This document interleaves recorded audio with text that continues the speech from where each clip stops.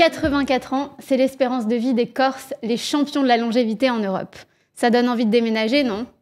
Pas d'inquiétude toutefois, si l'île de beauté n'est pas trop votre tasse de thé, je vais quand même pouvoir vous aider. Je suis Marine Sansclemente et le point commun de tout ce que je fais dans la vie, c'est la joie et le plaisir de vivre. Mais comment prendre vraiment soin de soi pour vivre longtemps en bonne santé? C'est la question que je vais poser tous les 15 jours à des experts du mouvement, de la nutrition et de la santé. Ensemble, nous allons analyser les tendances qui auréolent ce merveilleux monde de la longévité pour vous donner des clés de compréhension et vous aider à vous faire votre propre idée sur ces sujets. Alors, si vous avez envie d'apprendre plein de choses et de creuser davantage, ça commence maintenant. Aujourd'hui, je reçois à mon micro le spécialiste français de l'addiction à l'alcool. Bienvenue Mickaël Nassila. Bonjour, merci. Mickaël, pour nos auditeurs qui ne vous connaissent pas encore, je vais essayer de vous présenter rapidement. Alors rapidement, ça va pas être évident vu tout ce que vous faites, mais ce qu'on peut dire, c'est que vous êtes président de la Société française de l'alcoolologie, vous êtes professeur à l'université de Picardie-Jules Verne, et vous êtes aussi directeur du groupe de recherche sur l'addiction à l'alcool et les pharmacodépendances à l'INSERM. Alors l'INSERM, c'est l'Institut national de la santé et de la recherche médicale. Vous avez aussi écrit 2 livres qui sont vraiment bien ficelés et très accessibles à tous. Donc je recommande à tous les auditeurs de s'y plonger. On va entrer dans le vif du sujet et je vais vous demander à partir de quand on peut dire qu'on a un problème avec l'alcool? C'est une très bonne question, c'est la question que tout le monde se pose. À partir de quand on a un problème? Eh bien, je dirais quand il y a des conséquences significatives sur sa vie de tous les jours ou sur sa santé. Et donc, c'est vrai que c'est très vague, hein, mais ça commence déjà quand on a des problèmes relationnels ou personnels, sociaux, ou dans son travail, par exemple. C'est aussi simple que ça. Et puis ensuite, d'autres critères vont s'ajouter. Une perte de contrôle de sa consommation d'alcool. On n'arrive plus à gérer, on n'arrive plus à réduire ou à s'abstenir. Et puis on continue alors qu'on a plein de problèmes liés à sa consommation d'alcool, sans forcément en avoir conscience. Et puis on va avoir ce qu'on appelle du craving, c'est un mot qui revient souvent. On a des flashs, des envies incontrôlables de consommer de l'alcool. Quels sont les mécanismes comme ça qui rendent l'alcool si addictif? Bien, l'alcool va perturber comme toutes les drogues, parce que là je suis content de voir qu'une enquête très récente a dit que les 84% des Français considèrent maintenant l'alcool comme une drogue. Donc la définition d'une drogue, c'est que ça procure du plaisir. Et l'alcool, ça procure du plaisir par excellence. Hein. C'est quelque chose qu'on va consommer pour faire la fête, pour la convivialité. On parle de lubrifiant social. Mais le problème, c'est que comme toutes les drogues, ça va dérégler un circuit dans le cerveau qui s'appelle le circuit cérébral de la récompense. Donc ça va prendre vraiment le contrôle de notre comportement, en fait. On va avoir un intérêt centré vers l'alcool et en même temps, ce que ça va générer, c'est une incapacité à freiner son comportement de consommation. Vous voyez, donc c'est vraiment la conjonction de quelque chose de très puissant. On va accorder beaucoup de valeur et d'importance à l'alcool et on va devenir impuissant face au contrôle de la consommation. Est-ce qu'on ne pourrait pas faire un parallèle avec le sucre? Vous parlez de cravings et de cette dépendance et de flash comme ça, où on a besoin de consommer du sucre. Alors justement, on parle beaucoup de l'addiction au sucre. C'est un sujet qui est en cours. D'ailleurs, dans mon labo, on essaye de développer une échelle spécifique qui n'existe pas encore d'addiction au sucre pour trouver des critères que rapportent les patients sur leur addiction au sucre. Et nous, on a déjà commencé à travailler là-dessus, chez l'homme et chez l'animal, en regardant ce qui se passait quand on arrêtait de consommer l'alcool, quand on est dépendant à l'alcool. Et on voit, pendant le sevrage alcoolique, une diminution de l'envie de consommer de l'alcool, mais une montée en flèche de l'envie de consommer du sucre. Donc on se demande s'il n'y a pas un transfert de dépendance entre alcool et sucre. Ouais, c'est intéressant cette corrélation. Et est-ce que génétiquement, il y a des personnes qui ont un terreau plus favorable à l'addiction à l'alcool? Ou alors c'est vraiment une conséquence des modes de vie? Il y a des facteurs génétiques. On dit que comme d'autres pathologies psychiatriques, la moitié du risque est lié à des facteurs génétiques.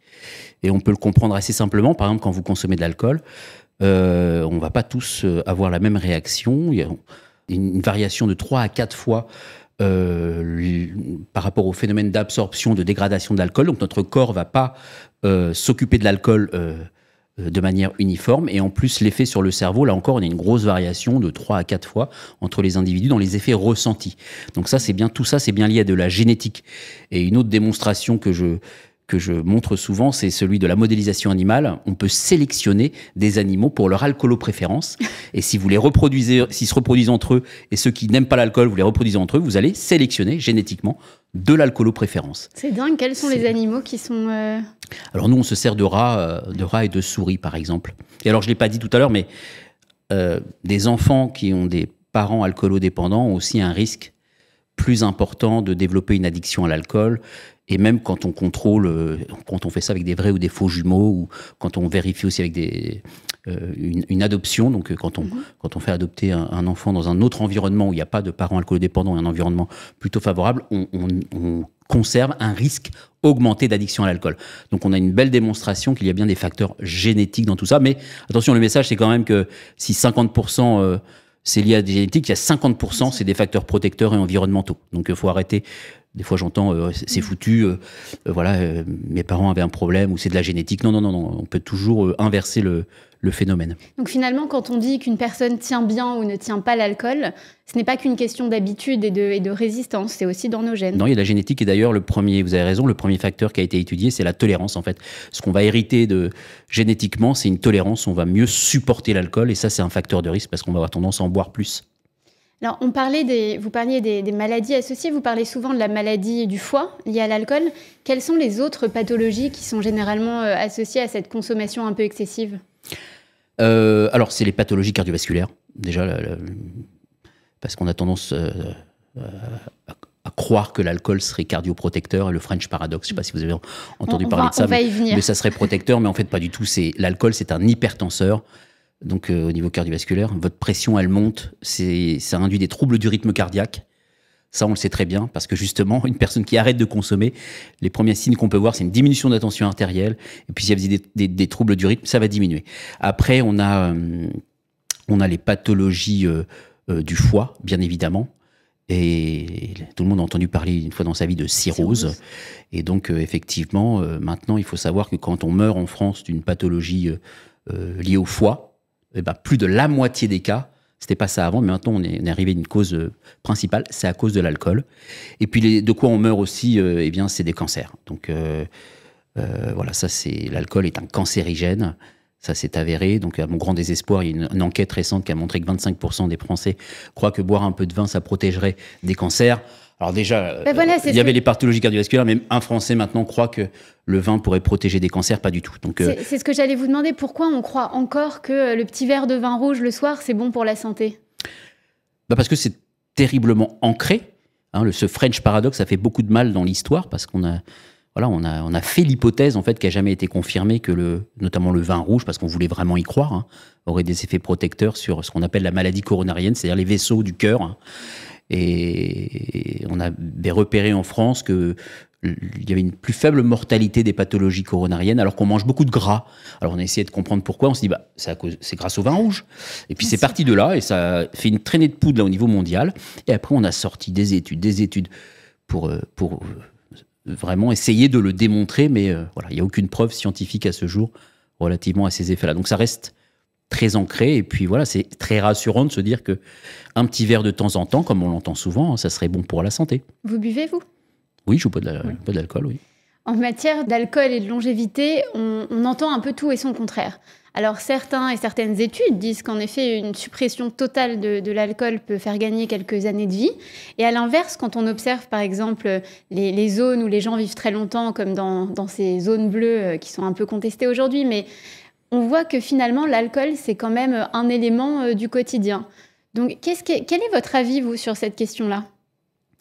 Mon avis, c'est qu'il y a quelque chose qui ne fait pas de doute, c'est que plus on consomme, plus on a des atteintes sur sa santé et plus on va impacter sa longévité. Il y a un chiffre très clair, c'est boire par exemple, alors c'est beaucoup, mais c'est 10 verres par jour. Si vous buvez 10 verres par jour, vous perdez 22 années d'espérance de vie. Voilà. Donc quelqu'un qui a un trouble d'usage d'alcool, il diminue son espérance de vie, ça c'est clair. Maintenant, il ne faut pas confondre quelque chose, il y a l'alcool, c'est une chose, mais après il y a le comportement, l'hygiène de vie, et même sur les effets du French paradoxe finalement, c'est pas tant l'alcool que le comportement associé, parce que c'est associé à peut-être un meilleur régime alimentaire, plus de sociabilité, une vie peut-être plus riche, des conditions socio-économiques différentes. Voilà, il y a plein de facteurs qui ont été associés comme ça à la consommation, notamment de vin rouge. Et donc, faut pas confondre, prendre un exemple comme ça, quelqu'un qui, c'est ce qu'on nous montre, les centenaires, c'est quoi votre secret ? C'est le petit verre d'alcool, mais ça n'a rien à voir, l'épidémiologie ne nous dit pas ça. D'ailleurs, une grosse étude récente a essayé de dire, justement, à partir de combien de verres d'alcool on aurait un souci sur sa santé et sa longévité. Eh bien, l'étude ça a vraiment pas plu aux alcooliers, a montré que dès le premier verre, dès un verre par jour, alors c'est un verre par jour tous les jours, ça diminue le nombre d'années de vie en bonne santé. D'accord ?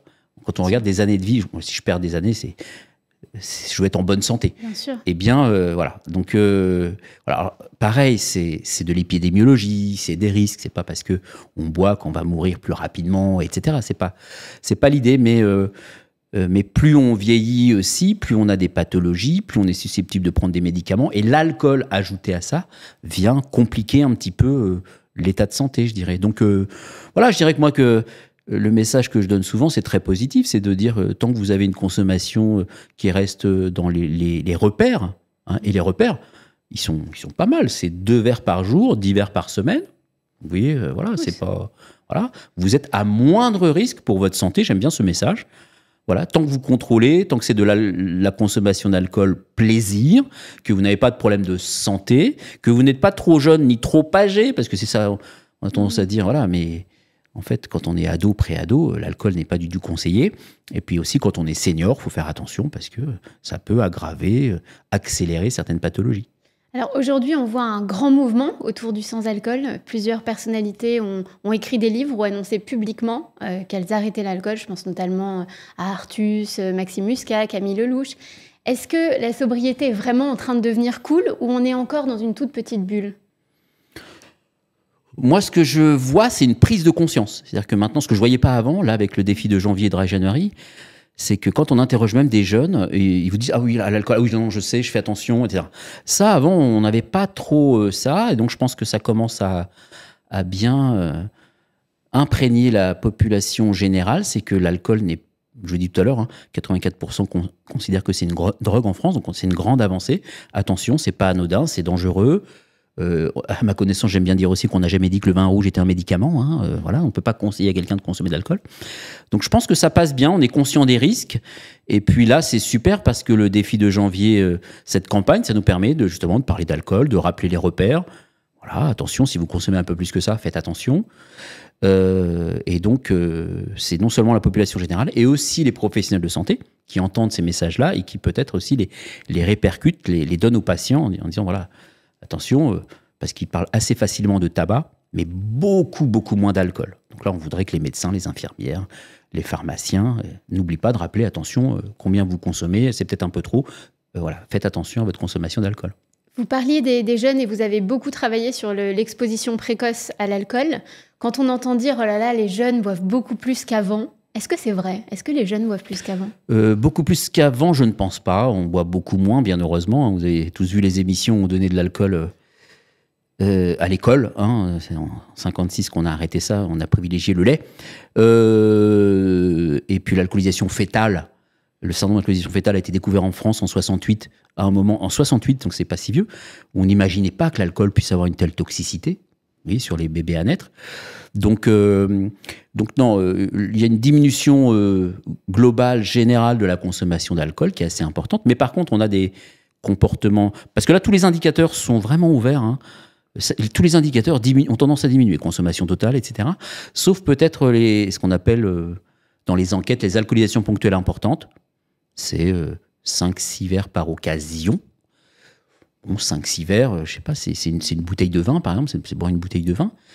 Donc ça diminue un peu, mais ça reste toujours une prévalence importante. Et en plus, on le voit toujours aussi de manière importante chez les jeunes et aussi chez les femmes. Voilà, c'est un des paramètres qui vient et qu'on voit aussi dans d'autres pays, c'est que les femmes aussi rattrapent les hommes et sur des comportements aussi où il y a des consommations excessives. Voilà. Donc ça nous rappelle que on est très content, c'est que les indicateurs vont dans le bon sens. Mais il y a des rappels à faire sur, attention, oui, quand on est jeune, quand on est âgé, et aussi les femmes, parce que les femmes sont particulièrement, quand elles sont touchées, elles sont à consommation égale, elles sont plus touchées que les hommes, en fait. Pour une femme enceinte, il n'y a aucune tolérance ? Il n'y a aucune tolérance, c'est pas une vision de l'esprit, le zéro alcool pendant la grossesse. On a des études assez récentes sur qu'est-ce que ça peut faire de consommer un peu, quelques verres. Oui, on est de l'ordre de la dizaine, entre la dizaine et la vingtaine de verres pendant une grossesse, etc. Et c'est toujours inquiétant, c'est-à-dire que ces consommations-là on est capable de voir des atteintes cognitives, d'apprentissage, de mémoire chez les enfants. Donc on se dit vraiment que ce type d'études, ça nous conforte dans l'idée, il faut vraiment être clair, un message clair, 0 alcool chez la maman. Mais la grande nouveauté, c'est que maintenant aussi, là, je pense que ça va percer dans les prochaines années, c'est 0 alcool pour le papa.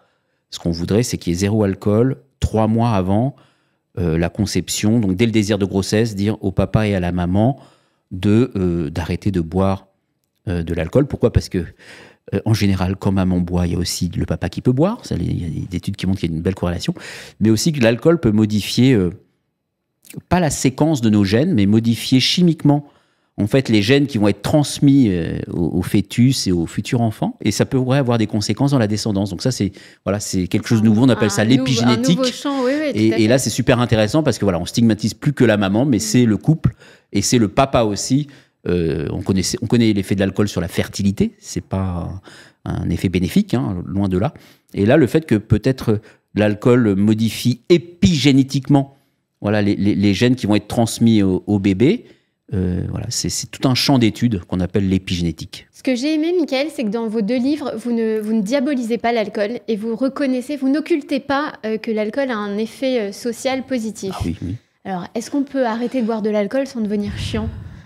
Je fais une petite parenthèse pour nos auditrices et auditeurs, c'est le titre de votre dernier livre. Oui. Non, mais c'est vrai, alors faut pas être moralisateur, ça sert à rien, stigmatiser, non, faut pas du tout être là-dedans, ça sert à rien de dire... Non, faut juste informer, parce qu'on s'aperçoit que les gens, on parle beaucoup d'alcool, mais connaissent en fait, et même les professionnels de santé en fait finalement. On croit tous savoir ce que c'est, mais on ne connaît pas bien ce qu'est l'alcool, ce que fait l'alcool, ce qu'est l'addiction à l'alcool, ce qu'on risque. Donc, non, il faut en parler librement, dire que il y a un risque, il y a des risques, comme tout. On a toujours dit, tout est risqué, c'est que question de dose quand on consomme quelque chose. Donc voilà, et puis moi j'ai rebondi sur... donc Léa Salamé. Ça m'a fait beaucoup rigoler au départ parce que je me dis, tiens, oui...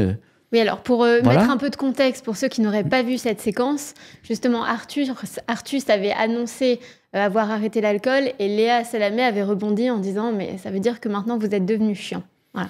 Alors lui, il a réagi super bien et fortement. Réagi, tout à fait. Mais là où j'ai bondi, moi, c'est quand il a expliqué qu'en fait, qu'il était malade et que Léa Salamé n'a pas compris, en fait, n'a pas rebondi sur le fait « ah oui, ok, vous êtes malade », parce qu'il lui expliquait que lui, dans l'excès, il consommait énormément, il faisait des crises d'épilepsie de sevrage, en fait.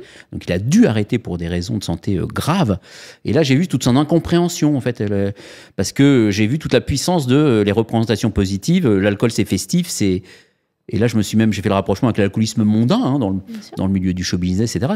La parole se libère. C'est un milieu qui est très touché. On a tout le temps l'occasion de boire, de ne pas se rendre compte que ses consommations augmentent et qu'on peut développer assez facilement un trouble de l'usage. Donc, oui, donc j'ai réagi là-dessus parce qu'effectivement, ça m'a fait penser au fait qu'on en est là.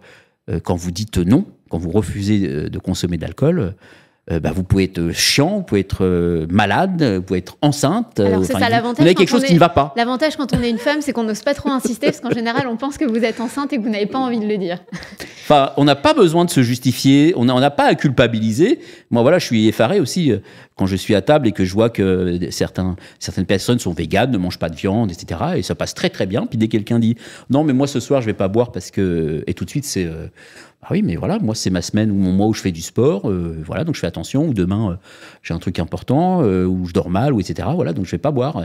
Mais il y a une incompréhension, c'est vrai, parce qu'on est formaté à venir chez quelqu'un quand on fait quelque chose avec une bouteille d'alcool, s'attendre à consommer de l'alcool, et ne surtout pas s'attendre à ce que quelqu'un dise non, je consomme pas. Donc j'ai voulu, Et j'ai trouvé ça... ce point de bascule assez intéressant, là, avec le succès du défi de janvier et puis le succès des boissons sans alcool, rebondir sur cette... représentation de quelqu'un qui boit pas et chiant, et j'en ai fait le fil conducteur de l'ouvrage. Je trouve ça puis c'est très bien comme titre. Je trouve que ça nous fait réfléchir. C'est tout l'objet des campagnes sur l'alcool, c'est de vous faire réfléchir sur votre consommation d'alcool et surtout pas vous dire faut pas boire. Quels sont, pour quelqu'un qui voudrait arrêter l'alcool aujourd'hui, quels sont les principaux bénéfices que l'on peut observer très rapidement après avoir arrêté ? Alors c'est fantastique, le défi de janvier, là, ça montre bien que ce que les gens rapportent, c'est un meilleur sommeil. Effectivement, l'alcool, c'est un perturbateur du sommeil. Ça casse les rythmes du sommeil. Il y a un effet assommoir. On croit dormir mieux, mais qui s'estompe dans le temps. On devient tolérant à ça. Donc, on a aussi des mauvais mauvaises idées sur l'intérêt que pourrait avoir une consommation d'alcool sur le sommeil. Meilleure concentration, bien-être, une peau plus belle, plus d'énergie. Et puis moi, le physiologiste que je suis, c'est que quand je vois les études scientifiques qui montrent que 4 semaines simplement, ça suffit pour diminuer la tension artérielle, diminuer des marqueurs de bien-être hépatique, ou plutôt de mal-être hépatique, parce que l'alcool, ça attaque le foie. Des marqueurs sur le cancer aussi. Voilà, donc ça c'est intéressant, on le voit. En 4 semaines En 4 semaines simplement. La résistance à l'insuline aussi, c'est, pour ceux qui savent, c'est peut-être un facteur de risque du diabète. Donc voilà, en fait, il y a plein d'effets physiologiques et 4 semaines, en fait, ça suffit. Et ça, c'est bien parce que c'est ce type d'étude qui permet de vraiment avoir les arguments sur simplement un arrêt. Alors, bien évidemment, plus on boit avant, plus les effets bénéfiques vont être importants, en fait. Hein, c'est ça. Mais en fait, je trouve ça vraiment assez parlant. Hein, et puis, il y a aussi plein d'effets à long terme. Mais physiologiquement, votre organisme vous dit merci au bout d'un mois déjà. Alors là, on parle d'une pause d'1 mois. Quelles sont les autres choses qui pourraient aider quelqu'un qui veut ralentir ou arrêter complètement l'alcool ? Est-ce que, par exemple, observer un jeûne long peut aider à effacer une certaine mémoire ou une habitude ou... Qu'est-ce qu'on peut faire quand vraiment 4 semaines, on n'y arrive pas comme ça ? Alors 4 semaines, on n'y arrive pas. Alors c'est pas grave parce que déjà, rien que d'avoir essayé, de s'être posé la question, d'avoir... compris pourquoi on reconsommait, si on avait quelle situation, qu'est-ce qui se passe quand on consomme, pourquoi on consomme, est-ce que c'est vraiment du bénéfice ou quand j'ai bu, j'ai eu du mal à dormir ou j'allais pas bien le lendemain ou etc. Donc déjà faire l'état des lieux et puis par rapport à ça, connaître les repères et se dire j'ai besoin de changer quelque chose ou pas et connaître ses motivations aussi à consommer. Pourquoi finalement je consomme? C'est la première chose que je conseille, est-ce que c'est parce que c'est pour faire la fête, que ça me permet de parler plus facilement aux autres, et notamment au sexe opposé, parce que les étudiants, ce qu'ils nous disent souvent, moi je bois parce que comme ça je peux aller plus facilement discuter avec tout le monde en soirée, voilà. Ou est-ce que c'est parce que je vais pas bien? Et puis finalement, j'ai l'impression de me sentir mieux quand j'ai bu de l'alcool, ça c'est important, parce que si c'est le cas, ça veut dire qu'il faut aussi s'intéresser à pourquoi vous n'allez pas bien, qui justifie cette consommation d'alcool. Donc, en fait, essayer de réduire, s'apercevoir qu'on est au-dessus ou pas des repères, est-ce qu'on veut changer de comportement, c'est déjà une première étape. Et puis après, c'est en discutant avec les autres, voire même avec un professionnel de santé si on a un problème, qu'on va réussir à changer de comportement. Alors maintenant, justement, le mois sans alcool, là, l'idée, c'est comme vous dites, c'est de se déshabituer. Hein, parce qu'on a une habitude, on a des habitudes. Et là, je suis très surpris. Il y a des gens qui me racontent le fait que, une fois que j'ai arrêté, je me suis aperçu que quand j'ai repris, les effets de l'alcool étaient plus importants sur moi. Voilà. Donc le fait de s'être déshabitué, on voit que l'organisme s'est réadapté et quand vous reprenez de l'alcool, vous allez peut-être ressentir des effets plus forts. Ça veut bien dire qu'il y a un effet physiologique de votre consommation d'alcool. Voilà. Alors si le jeûne, je ne sais pas, mais je crois que le jeûne, ça va aussi avec peut-être l'idée de bien finalement s'occuper de soi, de son organisme, de se préoccuper de sa santé, parce que on le voit pour l'alcool, en fait, c'est pas tant pour l'alcool que les personnes qui le font, ça, c'est les personnes qui se préoccupent de leur santé, qui savent qu'ils consomment un peu trop.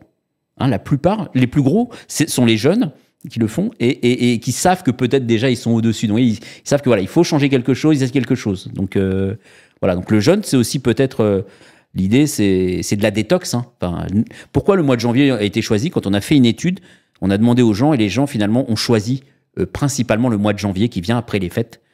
La détox, on a fait des excès alimentaires, etc., comme vous dites, et le fait de se surveiller pendant au moins un mois. Et ce qu'il faut bien voir aussi, c'est qu'il n'y a pas d'effet rebond après. On pourrait croire qu'on va recommencer comme pire qu'avant, mais en fait, non.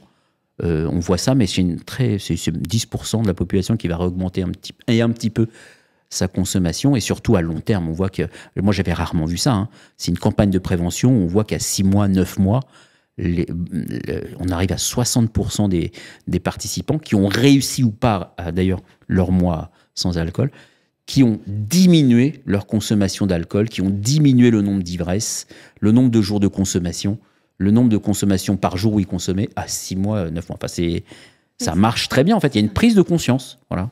Et quels sont les pièges dans lesquels il ne faudrait pas tomber quand on commence un parcours sans alcool, quand on est plein de bonne volonté? Ouais, alors ça, c'est super. Le premier conseil, c'est de se préparer. Je crois qu'il faut pas être pris au dépourvu quand la situation est là, qu'on vous propose. Non, j'en ai discuté avec vraiment plein de personnes et il faut anticiper ça. Faut anticiper ça, puis après ça va dépendre beaucoup de sa personnalité. Soit j'ai une forte personnalité et je vais réussir finalement à m'imposer facilement, voire même à retourner le problème sur la personne qui essaye de me forcer à boire en disant toi tu te crois pas que tu te bois un peu trop, fais attention à quelque chose comme ça, plutôt que d'avoir à se justifier. Et sinon je le dis aux personnes qui ont vraiment beaucoup de mal, etc., et qui, elles, ont plutôt tendance à culpabiliser. Mais je leur dis, faut pas culpabiliser, faut dire, non, mais j'ai des médicaments en ce moment, faut que je ralentisse ma conso, ou demain j'ai quelque chose, ou bien je reconduis tout le monde après, ou voilà. Bon, on trouve toujours. Mais moi, ce que j'ai vu qui marchait bien maintenant, c'est assez bien pris. C'est non, mais moi, j'ai repris le sport, et parce qu'il faut bien comprendre que l'alcool, en fait, ça a un impact sur la qualité de vie. En fait, c'est quelque chose qui marche bien d'ailleurs auprès des étudiants. On essaye plutôt que de leur faire peur sur des pathologies. Regardez, ça impacte votre sommeil, sur vos résultats aux examens, etc. Ça peut sur votre portefeuille. Ça coûte cher en fait de boire de l'alcool. Enfin, ça dépend quel train de vie on a, mais ça a un coût. Ça a bien marché pour le tabac. Parce qu'on explique aux gens, vu le prix des paquets de tabac, combien ils économisent. Pour l'alcool, c'est pareil. Donc, c'est bon pour votre santé, c'est bon pour votre qualité de vie, votre bien-être. Voilà. Qu'est-ce que des parents pourraient mettre en place pour tenir un peu à l'écart leurs enfants de la consommation précoce d'alcool ? Ma mamie, alors ça, c'est un sujet compliqué. Il faut en parler. Ça, ce qui est clair, c'est surtout pas occulter le sujet. Alors que c'est tabou, les deux sujets tabous, c'est la sexualité et l'alcool. Les drogues aussi. Les drogues, ouais, mais l'alcool pas mal, parce que les parents en plus qui consomment, sont un petit peu mal à l'aise. Et nous, on sait que, en tant qu'enseignant, par exemple, on veut que les étudiants réduisent un peu, et il faut être exemplaire. Donc même nous, on a du mal à organiser des pots sans alcool dans une université, donc il faut être exemplaire. Maintenant, les parents, faut être encadrant. Faut pas être trop strict ni trop laxiste. C'est un peu vague ce que je vous dis, mais on sait que les extrêmes, ça marche pas. Par contre, ce qu'on sait, c'est que quand les parents demandent aux enfants, s'intéressent beaucoup à ce qu'ils font, par exemple, pendant leur temps libre, ça a un impact sur le niveau de la consommation d'alcool. Donc, vous voyez, on se préoccupe d'eux, on leur rappelle souvent qu'on tient à eux, qu'on les aime et qu'on n'aimerait pas qu'il leur arrive quelque chose de grave. Je crois que ça, c'est hyper puissant, que ce soit les parents ou même des profs. Moi, j'ai vu des enseignants aussi qui apprennent et qui rappellent simplement aux jeunes, faites attention, les risques sont hyper élevés. Là, un des risques dont on parle peu, mais moi j'y tiens beaucoup, c'est quand on fait de la prévention auprès des jeunes, c'est les rapports sexuels non consentis, voire les viols. Vous perdez le contrôle, vous allez à des soirées où vous connaissez pas forcément tout le monde, tout le monde peut perdre le contrôle. Et là, c'est dramatique, c'est un traumatisme, et ça, il faut absolument prévenir. Oui, mais particulièrement chez les jeunes, parce que moi, en milieu étudiant, on voit ça, on est confronté à ça, et il faut absolument en parler à l'avance. On a beaucoup parlé de drogue du violeur, etc., soumission chimique. Bon, l'alcool, c'est une des premières substances qui fait perdre le contrôle, et il faut absolument... les accidents de la route, c'est bon, je pense qu'on en est conscient. Le coma éthylique, on en est conscient. Je pense qu'il y a même les étudiants s'organisent. Ils ont pendant leur soirée des cellules de gestion des comas éthyliques. C'est-à-dire qu'ils savent que ça va arriver, mais il faut les gérer. Bon, ils font un petit peu ce qu'ils veulent. Je voulais un petit peu rappeler ces risques à court terme. Perte de mémoire aussi, on voit ce qu'on appelle des blackouts. Donc avant, c'est le début de la fête, etc. Et puis après, vous allez complètement oublier tous les aspects négatifs, coma, vomissement, etc. Toutes ces choses dont on n'est pas fier après. Et ça, c'est dommage parce qu'on va se rappeler finalement que des bons moments. On a l'impression d'avoir passé une bonne soirée, alors que des étudiants viennent me voir en me disant, oh là là, on a dû gérer cette personne-là, je pense qu'elle a un problème parce que toutes les soirées maintenant, à telle heure, elle est ivre et il faut qu'on gère cette personne. Vous voyez, Donc, c'est surtout ça. Alors, après, là, on était sur les parents. C'est un sujet compliqué, mais le dialogue, l'amour, le dialogue, je crois que c'est déjà... Et puis, en parler ouvertement, finalement, pour bien essayer de convaincre des risques. Voilà. Est-ce qu'il y a un mythe sur l'alcoolisme que vous aimeriez déconstruire ? Quelque chose qui vous agace quand les gens en parlent ? Le mythe, c'est les effets protecteurs, très clairement. C'est bon pour la santé. Ça, c'est agaçant parce que quand vous savez que c'est Bon, 40 000 morts, ça ne veut pas dire grand-chose, mais plus de 200 pathologies. Et surtout, première cause d'hospitalisation. Moi, ce qui me fait vraiment enrager, c'est quand on regarde les causes d'hospitalisation, on s'aperçoit que l'alcool est très, très souvent présent. Et ça, on n'en tient pas suffisamment compte, je trouve, dans le repérage. On devrait beaucoup aider très précocement. Ce qui me fait hurler, c'est que, en fait, en France aussi, c'est tellement tabou. Les professionnels de santé ne savent pas gérer, ne savent pas s'en occuper. Et donc, finalement, on s'en aperçoit 10 ans, 20 ans, 30 ans, trop tard, une fois que les personnes ont non seulement une addiction, mais une anxiété, une dépression, des problèmes au foie, des problèmes... une fois que c'est bien compliqué à gérer, alors que si on avait repéré ça très tôt, peut-être, c'est pour ça que la prévention, ce qui nous fait hurler aussi, c'est qu'on ne met pas le paquet sur la prévention suffisamment, et notamment en France, là, on a un vrai problème avec la prévention alcool. C'est mieux dans d'autres pays européens, par exemple ? Ah oui, alors, européens, oui, parce qu'il y a des pays qui ont tellement des problèmes graves qu'ils sont obligés de prendre vraiment des mesures beaucoup plus strictes, mais nous, on a du mal à investir et surtout voilà, à résister à un lobby. Nous, on a le problème d'un lobby très fort. Les alcooliers, qui sont très puissants, mais maintenant, c'est les politiques, notre président, chef de file et certains ministres, notamment, je pense à eux, mais beaucoup de députés ou de sénateurs, qui défendent, dès qu'on parle d'alcool en France, c'est le vin, et on va mettre en péril la filière, etc. Alors que nous, on veut simplement faire de la santé publique. On n'a pas un lobbying de santé publique suffisamment fort. Voilà. Donc, ça fait rager, ça fait enrager, ça. Bon, Mickaël, on touche à la fin de ce podcast. Avant de se quitter, j'aimerais bien vous poser les 3 questions signature de la formule longévité, auxquelles je vais vous demander de répondre aussi instinctivement que possible. Est-ce que vous êtes prêt ? D'accord. Si vous pouviez remonter le temps et choisir une année de votre vie à revivre, quel âge choisiriez-vous ? Quel âge ? Je ne sais pas précisément, mais très certainement les années collège, où c'est l'insouciance totale. J'aimerais bien revivre des années collège, ouais. Ah ouais, c'est marrant parce qu'en général, c'est les années où les gens se sentent un peu mal dans leur peau. Non, pas moi. Non, vous étiez bien ? Non, collège, j'étais bien, moi. Génial. Est-ce que c'est important pour vous de vivre longtemps ? Waouh, la question qu'on me pose beaucoup maintenant, c'est de penser à la retraite. Ouais, j'aimerais bien vivre longtemps. Parce que j'ai plein de trucs à faire et je me dis que si je suis en bonne santé, je pourrais faire mon sport favori. Moi, c'est la chasse sous-marine. D'accord. Et j'aimerais bien être en forme physique, en Bretagne, en Corse ou en Sardaigne, par exemple. Ça, c'est mon truc. Voilà. Donc, j'aimerais bien vivre en bonne santé longtemps et pour pouvoir faire mon sport favori. Et du coup, quelle est votre formule longévité pour une vie aussi épanouie et sereine que possible ? Ma formule, ouais, pas d'anxiété. Mon truc, c'est de pas faire stresser les autres, mais ne pas essayer d'avoir le moins de stress possible et d'anxiété. De prendre tout bien, voilà, comme il se doit, et d'expliquer aux gens autour qu'il ne faut pas se faire du mouron pour rien. Et je pense que c'est ça, moi, pour l'instant, je n'ai pas de pathologie. J'ai pas trop de problèmes, et je pense que c'est ça, en fait. Il faut vraiment essayer d'éviter au maximum de ne pas surréagir à des événements, etc. Puis de faire du souci pour rien. Ça aussi, c'est ce qui me mine. C'est pas la peine de se créer des problèmes avant que les problèmes arrivent. Voilà, je pense que c'est ma solution, moi, bien-être. Super, on va essayer de se l'appliquer à tous. Merci beaucoup, Mickaël. Où est-ce que nos auditrices et auditeurs peuvent suivre vos actualités ?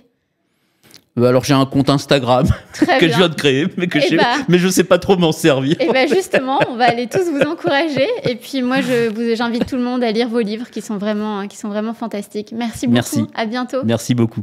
Quant à vous, chères auditrices et auditeurs, je vous remercie du fond du cœur d'avoir écouté ce nouvel épisode de la Formule Longévité. Si vous voulez être au courant de tous les prochains, abonnez-vous. J'espère sincèrement que vous avez appris plein de nouvelles choses et si l'épisode vous a plu, n'hésitez pas à en parler autour de vous, à le partager à vos proches, à vos amis et à le noter 5 étoiles sur votre plateforme d'écoute préférée. Ça n'a l'air de rien comme ça, mais pour nous, ça compte beaucoup. Je vous embrasse et je vous dis à très bientôt. Ciao!